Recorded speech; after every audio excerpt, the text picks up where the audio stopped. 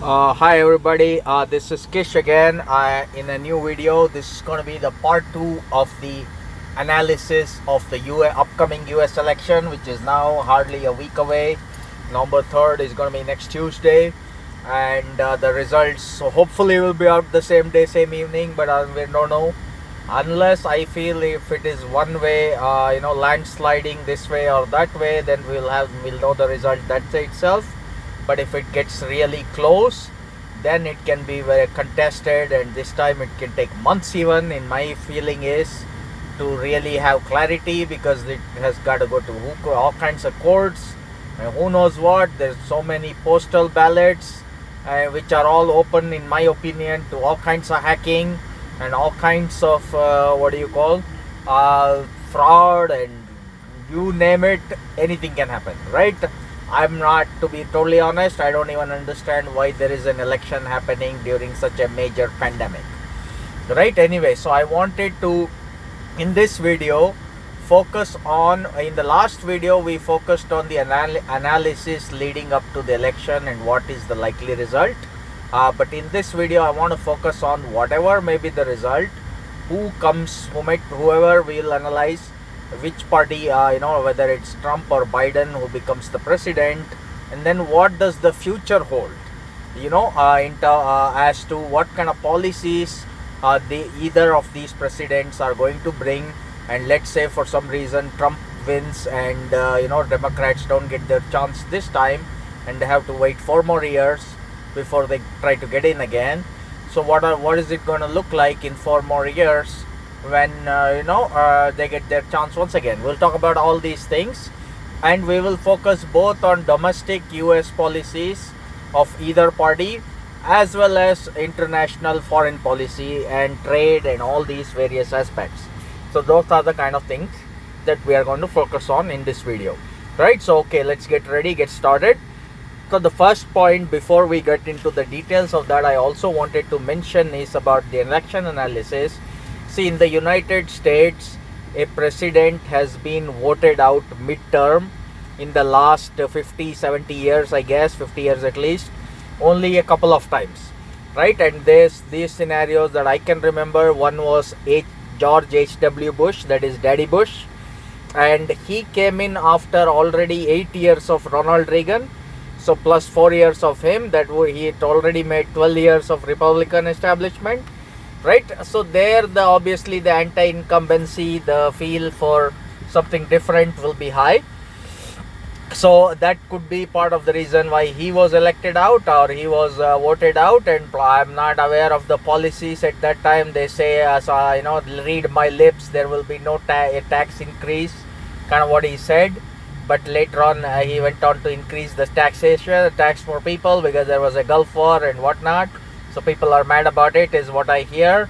Well, I don't know the details of the domestic policies back then, so I won't comment a lot more on that and what caused to him getting voted out. The other occasion is Jimmy Carter, who was one of the worst presidents, again, like George Bush. But even to me, Jimmy Carter was really bad. But Obama to me beat Jimmy Carter as well, as to how bad a president somebody can be. And during Jimmy Carter days, we he was another person who only lasted 4 years in the White House and was voted out midterm, because there was the Iran hostage crisis, the Iran revolution happened in Jimmy Carter's term. There was massive inflation in America, lines for getting gas and lines for getting everything. And apart from that, incidentally, Jimmy Carter is also the president who started the Afghanistan war, right? Who became initially, just like how Biden is anti-India for today, that's what people think. Same way, Jimmy Carter was anti-Zia-ul Haq initially when he came to power. Because Zia-ul Haq had hanged the Bhutto, Zulfikar Ali Bhutto, who was the Prime Minister of Pakistan, in some fraudulent case, whatever, made up stories, as well as Zia-ul Haq had started working on the nuclear bomb for Pakistan. So all these things were serious issues that made Carter, now we are on that topic, angry with or mad with or unhappy with Zia. Plus he was also a dictator who came in through a coup. So that was at least only initially, but within no time, as the scenarios changed and Soviet Union invaded Afghanistan, I have spoken about this in another video too. So Jimmy Carter turned around in no time and became the best buddy of Zia-ul Haq, and also joined hands with him and started this whole Afghan war, which of course later Reagan took it to a next level or a whole new level altogether. Right, and we discussed all this in a different video. I don't want to go into repeat that over here, but just since we came upon Carter, I thought I would mention. Right, so coming to the election, so like I said, in my estimate, Donald Trump is going to win a second term. I don't believe any of the fake news media, that what they tell you, their polls, their analysis, their experts, and we have seen what they have done last time as well. So I feel it's going to be a repeat of the same thing. Again, that's my opinion and I could be wrong about it. So, but for argument's sake and for analysis sake, let's see what a second term Trump administration is going to bring. Right? So Trump has, like I had mentioned in the earlier video, gone almost line by line into majority of his promises and has implemented them one by one, throughout his last 4 years. And he has accomplished more in 4 years than say a Biden in his 40 plus years in office, or most presidents in their 8-year terms. And I feel in the second 4-year Trump term, we are going to see the continuation of the same kind of policies, right? Being tough on China in terms of trade, being tough on India, and Indians can expect there will be very tough rules in H1B. And I feel there might be even large curbs on outsourcing projects itself, not just for coming into the United States, but even for projects that are shipped off to India for cheap prices. Those also may see a huge cut and huge restrictions around what can be outsourced and what is the cost going to be like if you do it, or their tariffs on things like that. A lot of hardships as far as the trade and visa area is concerned, as far as India is concerned. But there will be a lot of cooperation, of course, in the military front. And also there is one thing though Trump may be very close buddy with Modi, I think Indians will be really mistaken to think that that means that Trump is just going to be so lenient and just give a nod to everything that Modi is wanting. That's very unlikely going to be the case. That's not going to be the case for sure. Almost Trump is going to have a negotiation with Modi no matter what the issue is, whether it is H1Bs, whether it is trade agreements, whether it is tariffs on Indian goods, or even where he will be more willing is in selling weapons to India. Even there I don't think he is going to be going crazy, because he understands the equation. Unlike most other career politicians, the seriousness of the situation between India, China, India, Pakistan, and all those kind of repercussions, Trump is very aware of. Like I said again, unlike most career politicians in Washington, right? So he will be cautious in terms of what kind of technology and what kind of closeness he can build with India. But at the same time, look at opportunities where he can sell weapons. They can do a trade deal. So those kind of things surely is something that Trump will work with in terms of with Modi, provided again Modi is also interested in working something, right? I'm sure he will be interested in arms and ammunition, but I'm not so sure on the trade deal, because the trade deal is something that's gone on for 4 years already since Trump came to office. Multiple countries have already negotiated and signed trade deals with Trump, but India has only been dilly-dallying, postponing. We don't like this clause, we don't like that clause. This is all that we have gotten from Modi. And not just with Trump. I don't see that Modi has really signed a serious trade deal with any country. Neither with the EU, nor with the UK, nor with the East Asian countries, nor with even Saudi Arabia or Dubai, who have so much talent in city building, in building cities and how to run cities that we can tap into. But I don't see anything that's happened between Saudi Arabia or UAE, any country really for that matter. To be honest, we can have a separate video on how serious is Modi in trade, in doing trading with all these other countries, getting our act straight. For that matter, even with China, he has had 18 meetings, and what have we got? We had any deal? And then just on the whim and fancy, we just stop importing whatever, all these Chinese goods, and ban the apps. I don't see that there is any clear strategy as far as Modi is concerned as to where he is headed in terms of the trade policies, right? But anyway, that's a topic for a different day. So I'm not sure that there is really going to be a trade deal with the Trump administration. Though Trump may be willing, India may not be willing and may not agree to all the clauses, is the feeling I get, right? So that is, and again, Trump is again going to be hard on the EU, on Japan, and on everybody in terms of America not being a free a police force for all these people. They're going to have to pay their fair share, and he will have closer relationship with Russia, unlike what the Democrats will have, right? Because Russia is no longer an enemy or anything of the United States. I think that is just, people are just living in the past and making still can't come out of the Cold War era and continue to think that Russia is an enemy and we need to do whatever, put sanctions and not talk to Putin and threaten him and all these kind of things. I think those don't have they're not grounded in reality in today's world, and I don't think Trump is going to continue such type of a policy either, right? He will become more closer. He might even be successful, if he can be, in doing peace kind of deals with maybe North Korea even, like we had deals between UAE and Israel. So such kind of policies, at the same time a very non-war policy, unlike what many people accuse Trump of.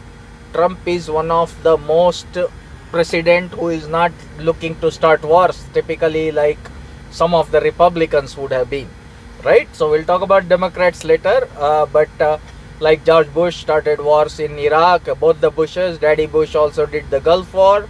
So unlike all these other Republicans, Trump is not one who is likely to start war. And not just that, Trump is also not likely to let Modi start a war, because Modi is very keen to start something with Pakistan, if not with China for sure, because he's talked about getting POK back, breaking Pakistan into 4 pieces. People in his party have spoken all these things. So it is very, very unlikely that under a Trump administration, Modi is going to have the free hand to start any of these kind of misadventures. Yeah, sure, you can tell me, airstrike happened, Balakot happened when Trump was president itself. Yeah, maybe such kind of smaller border action may happen when under a Trump presidency by Modi, a response to something that Pakistan might do, which makes sense also. There's nothing wrong. We have to respond. But beyond that, going for some serious high level scale of action against Pakistan, I feel is unlikely if Trump is president, right? And I feel we are going to see a much more peaceful world where there aren't that many wars going on, but at the same time where the bad players are punished or are put under the pressure and are held accountable and answerable. Say folks like China, the guys in Cuba, the Venezuela, even Iran for that matter, and Trump will be very tough on all the terrorist activities and terrorist organizations across the Middle East, right? Whether it is Al Qaeda, whether it is ISIS, whoever the hell it might be, he's going to be really tough on them. And the kind of peace that we have seen under Trump, which we had not seen for 20 odd years, right? During Bush or Obama, with Al Qaeda, 9/11, all kinds of atrocities, we don't have that world anymore. I'm happy, I'm glad. I think that type of a peaceful world is going to continue under Trump. Right, that's as far as his foreign policy is concerned. On the domestic front, it is same. His agenda is make America great again, and that's what he's going to work towards doing, which is encouraging more local manufacturing. Though how much he will be successful remains to be seen, and people feel that he may become scared and not implement his policies, become goody and buddy with everybody in Washington. I don't think that is very likely. I think Trump is going to go the other way. He will be extremely wanting to implement his policies in the 4 years that will remain for him, and become like a role model, a president who kept his word and did exactly what he said. Right? Obviously not 100%, but as much close to 100%, maybe 60, 70, whatever he can, he would like to achieve. That is the feeling that I get. So there is going to be tax cuts, of course. There is going to be relaxation in regulation. There is going to be opening up or free allowing of capitalism that will prosper in America under a Trump administration, unlike under any other administration, right? So those kind of things will be the positives for the people in the US, along with, of course, his immigration policy of not letting illegal immigrants in, or banning people from countries, terrorist countries like Syria or places like that, where you don't know who is a terrorist and who is what and who is a refugee. So those type of policies, and then limiting outsourcing, limiting putting tariffs on China, all these type of policies will continue and probably go to a next level in a second Trump administration, right? So what are the negatives? So the main negative that I see with the Trump administration is he is going to continue to spend like crazy. He is going to continue to look at the stock market every day and make sure that it is up. So his objective will be to keep the stock market up no matter what. So the stimulus and the spending and all these things are going to continue to increase, but you can still say it will be less crazy than it would have been if Biden is president. Yes, I agree with that. We'll talk about it under the Democrats. But though it may be it is likely to be less, it still is likely to be crazy at a crazy level, which we could avoid, but it's unlikely that we are going to avoid even if though Trump is president. So the national debt is likely to continue to increase, and we may continue to be at 0% or even go negative in interest rates throughout the next 4 years under a Trump presidency. And he will try his best to let this big fat ugly bubble that Obama created and gave it over to Trump since the 2008 financial crisis, by just printing money, keeping interest rate low, and making the stock market go up this way. I think that he will try to continue to keep on postponing the day of reckoning, postponing the bubble burst. Though it'll become harder and harder with if COVID gets really bad, to keep the market up. And how much money are they going to print in 1 year and dump into the stock market and into people's bank accounts? That all remains to be seen. But so that seems to be the negative aspect, which we may not get, is the balanced budget that I think is almost a dream at this point. And we'll have more than $1 trillion budget deficit, I guess, going forward, no matter who is president. Probably $2 trillion if Biden becomes the president, right? So, but that is the kind of trajectory United States is going to be, no matter who, even under a Biden even under a Trump administration. Sorry. So that is unlikely to change. So that is as far as Trump presidency is concerned. But if he is really elected as a president and he is able to work his 4 years fully, of course the Democrats will continue to not be happy that he is president, and probably not even accept the verdict, and will try to create all kinds of problems, all kinds of things in his way, just like they have done for the last 4 years, right? Which is this Russia scandal, then the Ukraine, and then all kinds of things made up against Trump. Now the pandemic, all kinds of accusations, allegations. they're going to try and put in the way of Trump to in him making and stopping him from doing what he is trying to do. That I don't think anything will change in that either. Right? So that is as far as the future under a Trump presidency is concerned. So there is going to be a lot of peace, and it will have a major impact on the Democratic Party if Biden loses this election. We'll talk about that in the Democrat side.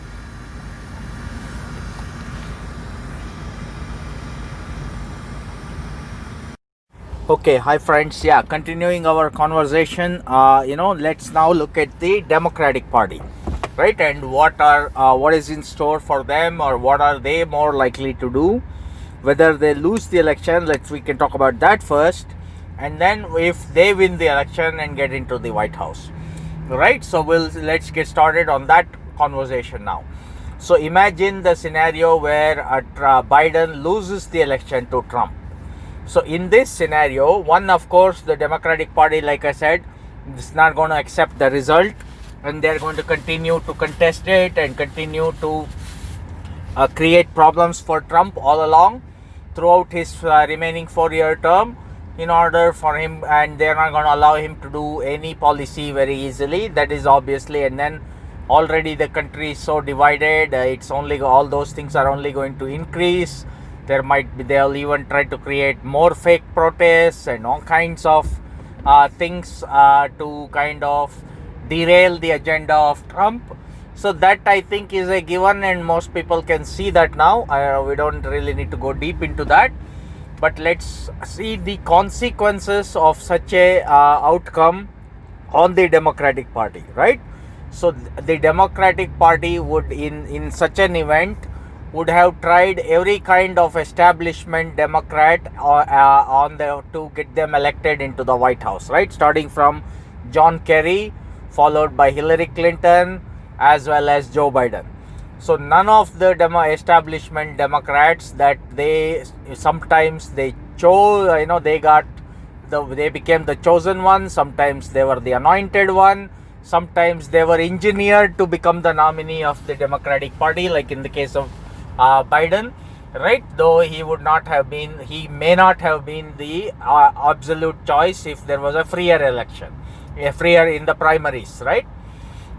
So despite all these things that the Democratic Party would have done, none of those candidates would have gotten elected. So the only person who would have gotten elected is Obama, who was like a total outsider, a total newcomer, was the only one who could beat a Republican and get into the White House, though despite multiple attempts by Democrats with establishment candidates, right? So that would be the scenario, that would be the reality that the Democratic Party is going to be facing. So come 2024, if they continue the same failed policy, well, good luck to them. I don't know, thinking that, hey, now the the White House is open, there is no incumbent, so maybe we'll do the same thing and this time it'll work for us, which is very unlikely in my opinion. And I don't know, are there any remaining old such establishment Democrats still to try? Probably they are and the party can go find somebody, but it is more likely that they're going to find a new face, an emerging face. And who knows, with all this gender equality and all kinds of equality, color equality coming into picture, it can be a woman, it can be a colored woman, we have no idea what these things could be. But I get a feeling that the Democratic Party will continue to slip more and more towards socialism, and it is very, very likely that a highly socialist, a Bernie Sanders type candidate is who is going to be the nominee, and who is going to likely be somebody that Democratic Party will run in the 2024 election. And if you ask me to take a guess, I feel AOC is going to be part of the ticket. Whether she is the top of the ticket or the bottom of the ticket is we'll have to remains to be seen. But someone like her, and someone who has her kind of policies, though she may just barely be 35 at that time, I guess, barely can run for office, so maybe she may not be on the top of the ticket is my feeling, but you never know. And plus the American demographic also start shifting towards a non-white majority population, I guess over in the next 10, if not 4, but definitely in the 10 to 15 year range. And then the next Democrat president is likely to be around for 8 or 10 years, right? Hopefully, if they keep getting re-elected 2 times. And my feeling is, if Trump wins this term, it is almost impossible for a Democrat to for a Republican to win for the next 16 or 20 years, right? That is my feeling. I could be wrong about it. Why? Because the country would become so much more divided, thanks to all the trouble that the Democrats will create, and plus the Democrats are going to become so much more socialistic, and the whole country would have shifted towards socialism, that is all that is going to appeal. And any Republican, and also like the demographic shift that we talked about, so a Republican, typically a white guy or a white woman, doesn't matter, even if it is a colored person, first of all, they may not even consider such a person as as a worthy of voting, since if they come from the Republican Party. So given all these scenarios, it is very difficult for a Republican to get elected, in my opinion, in 8 years from now or 10 years from now. Like I said, from 2024, for 12, 16, 20 years maybe even, because of the way the country is going to shift. And unless Republicans reinvent their party and become more socialist themselves, and then there is a competition as to who is more socialist than the other, maybe in a scenario like that. But other than that, I don't see too much future. It's going to be very hard for the Republican Party going forward as the country shifts more towards a non-white immigrant population, who are become more and more, as well as a scenario where the country wants more and more socialistic freebies is the order of the day, right? So that is as far as what I see as the results of a Trump win. Now let's think of a Biden win, right? So if Biden wins, obviously lot of the foreign and domestic policies are going to start becoming reverted back to the norm. So more like a status quo of how things used to be under Obama, wherein you are like goody-goody with and buddy-buddy with everybody around the world. We cannot stand up and enforce anything with anybody, whether it is Europe or the Middle East, or even like country like a Cuba, where all we can do is do giveaway deals. They may go back into the Iran nuclear deal, making it easy for Iran to get a nuclear weapon. Right, though America will again be believing that they're not doing it, and Iran will just quietly be working on a nuclear weapon. That's very likely to happen. And similarly, even with China, we can talk about China, India in a little bit in more detail. Right, even with North Korea, again, it's going to go back to status quo of what it used to be with with Obama. Not much progress being made. With Israel, similar scenario. Right, and going back to the same old NATO and buddies with Europe, and we will do all the work for you. Don't worry, you don't need to pay us or anything. So that same scenarios that we have been seeing from the past will continue. And the main change is going to become, they are going to become super adversarial with Russia. So Russia will be again the old enemy becomes the new enemy type of a deal. So they will be the big enemy that Democrats will hate, right, and want to do all kinds of shit to, whenever possible, in every opportunity that they can find. Then the other aspect is about India's policy with India, and the policy with China. See, Trump will be tough on China, but he is not going to be stupid to start a war or have anybody other than like American proxy start a war with China. But I don't think we can say the same about Democrats. And the chances are that if Biden gets elected, the real president is going to be Kamala Harris, because Biden will be 80 years old in no time. So it's not sure his mental state, his health, and all these things. There is a very likelihood Kamala Harris can take over as president even during in the middle of a Biden term due to whatever various reason, even including Biden himself resigning and not wanting to continue, right? So this is a very high likelihood, and in the the history of the Democrats, I have already made another video on that. So following in that their tradition and their past, it is very likely that there could be a proxy war that a Democrat is very likely to start with China, which can have a lot of spiraling consequences, which could have. And the most likely person who is willing to start a war with China, going along with the United States at this point in the world, seems to be none other than the Prime Minister of India, Mr. Narendra Modi. Though today the people think that the relationship between the Democrats of US and India is going to be strained, and Democrats are going to restrict Modi and not like him. I don't think that is the reality, or that is what it's going to be like once they get into power. I think within no time, once the Democrats realize the threat of China, and they officially start a new Cold War. Right now there is only talk, hey, has a new Cold War started? What is the deal and all this? Remember, the last Cold War was started by a Democrat as well, which is Harry Truman. During the Second World War, America and Russia, Soviet Union were allies. They fought together against Germany and Japan. But later on, within a few years of the war ending, Harry Truman, the Democratic President of USA, who took over from FDR midterm because FDR passed away, and so Truman, who was the Vice President, became the President and started the Cold War. And very soon after, he also started the Korean War, which is the first war within the Cold War.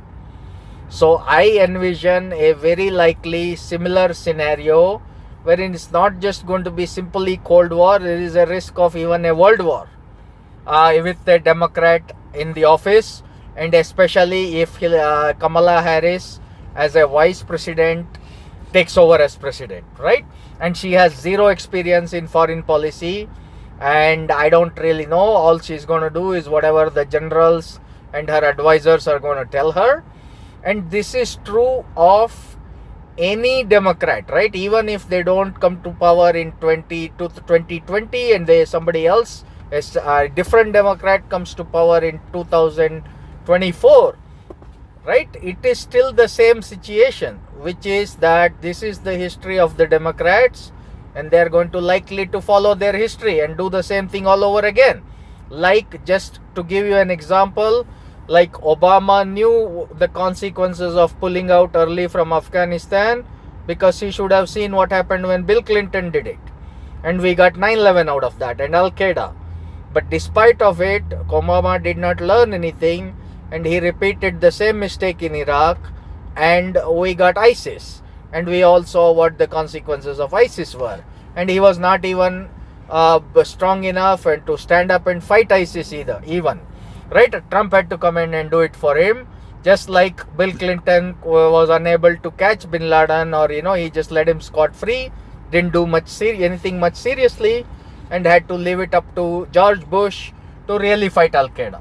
So similar scenario, I also see that the next Democrat, whoever it might be, whether in 2020 or in 2024, does not matter, or even 28, who knows, whichever, is also going to pull out of Afghanistan mindlessly, without thinking of the consequences, which can result in not just Afghanistan falling into the hands of terrorists and Talibanis and whoever else, all kinds of thugs, but also Pakistan and its nuclear weapons falling into the hands of terrorists, which is also a scenario where another Modi Democrat alliance may have to intervene, because now you have terrorists running around with nuclear weapons, possibly, and wanting to blow them up in India, in America, anywhere around the world. They feel like Israel, So that scenario is also likely to arise in a Democratic presidency.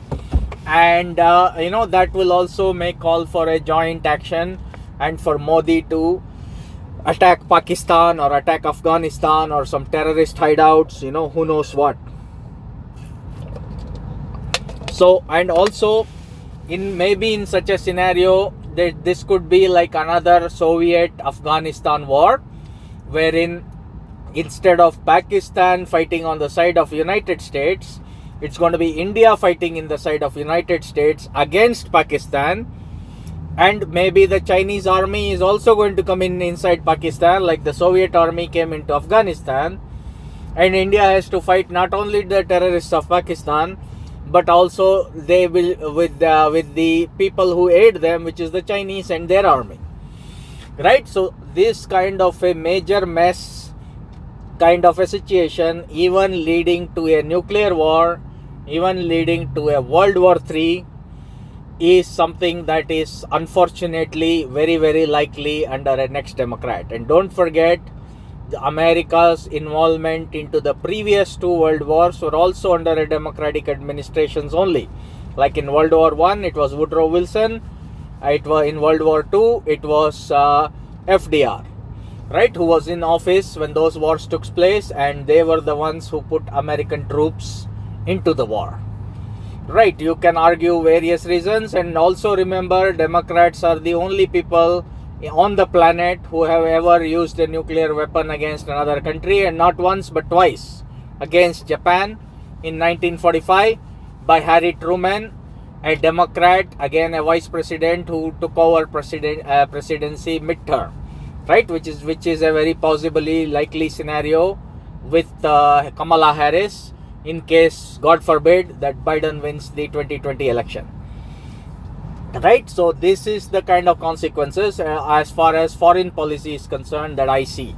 Now coming to domestic policy, right? So the policies that I see is the United States slipping more and more towards socialism. So same kind of things that the Democrats talk about: higher taxes on on the rich, all kinds of witch hunts for tax. Right, no matter where you try to escape, there is no escape for you. You have to pay your taxes. You can try to hide under the rock. You can try to hide in a Cayman Island or wherever, but the Uncle Sam is going to come after you if you owe them taxes, right? And this tax witch hunt, this is going to go to the next level under a Democrat administration.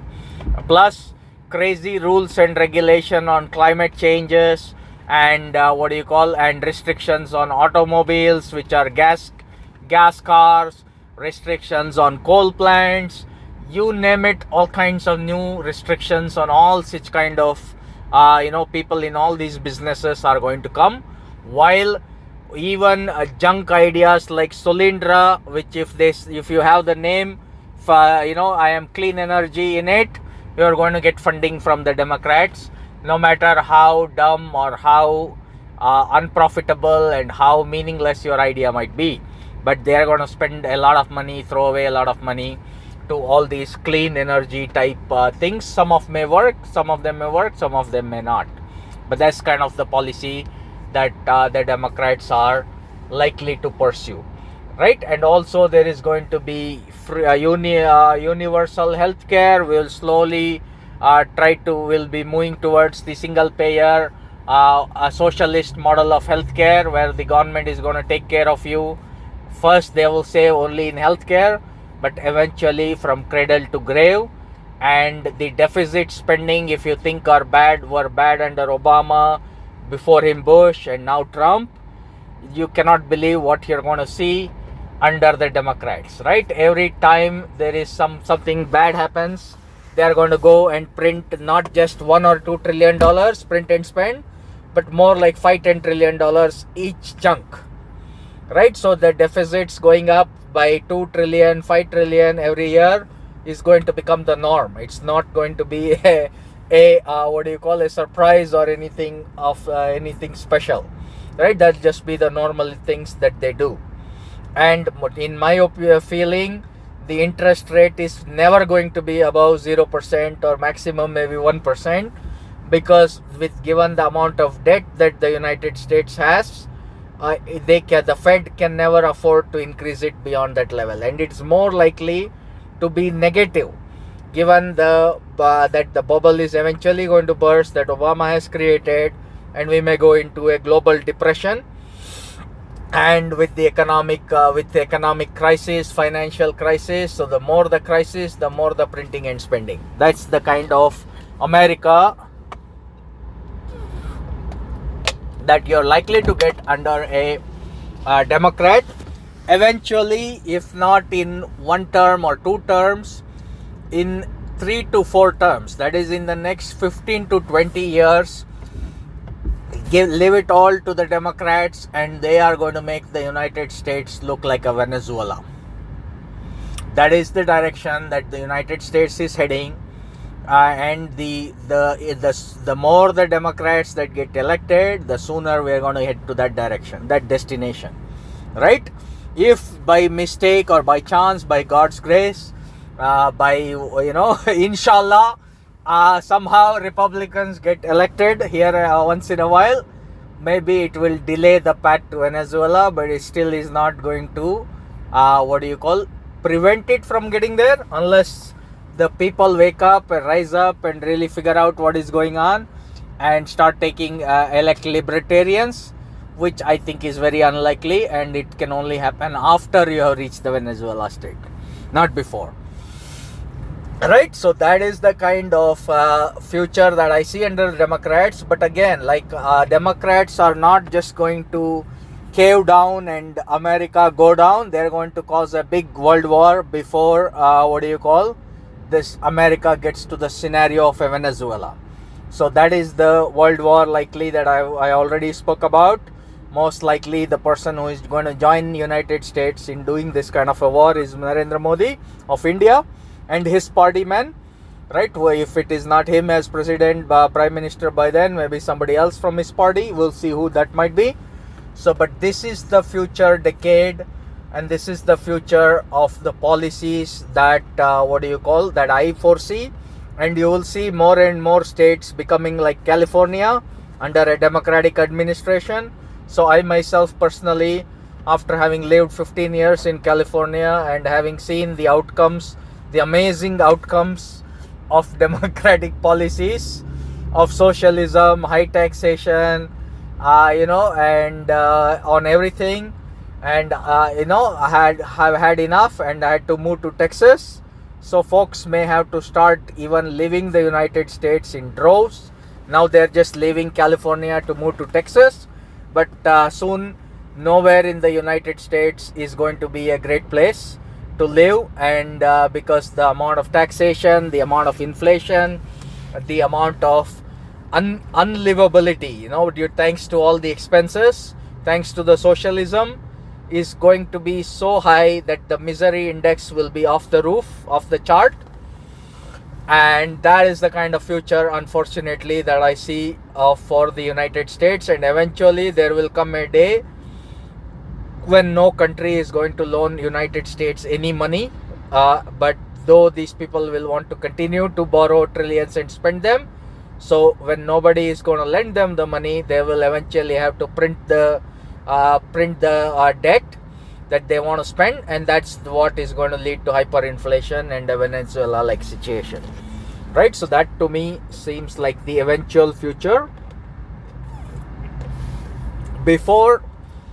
After that is when we can hope for a better future for the United States, because then people may wake up after having experienced the misery and elect the right politicians and throw out all these Democrats from all over the place, return to sound money, return to capitalism, and rebuild the United States from scratch. And so you might see a scenario like how the Soviet Union went down, and now Russia is again rebuilding. I'm not sure in the case of America, will it break up into pieces? It's a possibility, but probably not. Let's hope not. That they continue to stay as a country and make the corrections after the disaster rather than before the disaster, which I think is unlikely, though I would like for that to happen. So at least by listening to my videos, maybe some of you can wake up and make the right choices now itself and vote Republican, vote Libertarian, rather than, of course, I'm not a fan of all Republicans because some of them really suck and they would just want to start wars and stuff. More Trump-like Republicans who are anti-war, pro-America, pro-American values, and of course, but less spenders, fiscally more conservative than what Trump is. Right, so those are the kind of politicians we would want to elect in America, who will make it great and who will keep it great again, rather than socialists, liberals, and Democrats who are going to take us to a Venezuela. Right, so that is the future that I see. Thank you very much. Please feel free to share, subscribe, like my video, tell all your friends about me, share it with them, and see you again in the next video. And let's all eagerly await the election result. All of us are very anxious, and we shall see which way it goes. And I hope it is Trump who wins the election again. But again, we'll see what happens on November 3rd. Thank you very much. Bye now.